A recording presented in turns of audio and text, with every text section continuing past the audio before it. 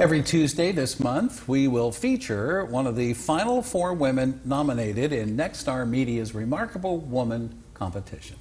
Now, the winner, of course, will be announced April 1st. This week, we celebrate a finalist known for the color purple and her fight against pancreatic cancer.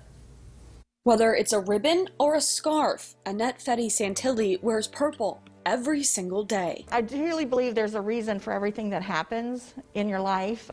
We don't always know what it is at the time. Annette's reason is her brother, Jim. My younger brother was diagnosed with pancreatic cancer on March 21st, 2006. This was after months of misdiagnosis, and then he passed away on October the 4th, 2007, just 18 months later.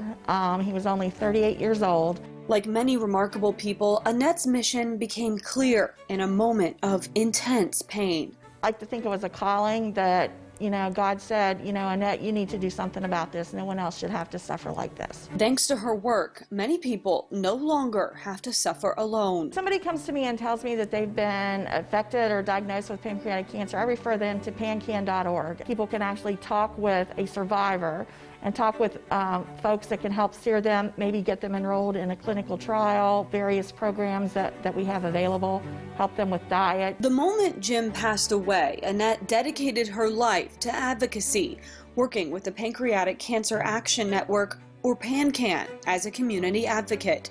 She leads other volunteers in West Virginia, raising awareness. Team West Virginia will be participating in Purple Stride Pittsburgh in April.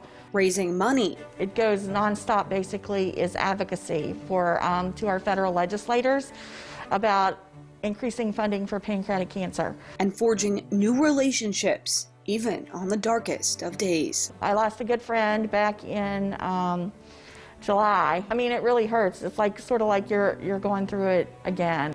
All this in addition to her full-time job and volunteer activities with other organizations like the American Heart Association. Throughout it all, there is Jim. My brother was definitely one of my best friends. There wasn't anything we wouldn't do for each other. Of course, this was the one thing that I couldn't fix. He was a very hard worker. He was very funny. He was always the life of the party. His legacy, the biggest motivator behind this remarkable woman. I do believe he looks out for me every day, and I'm very, very grateful for that.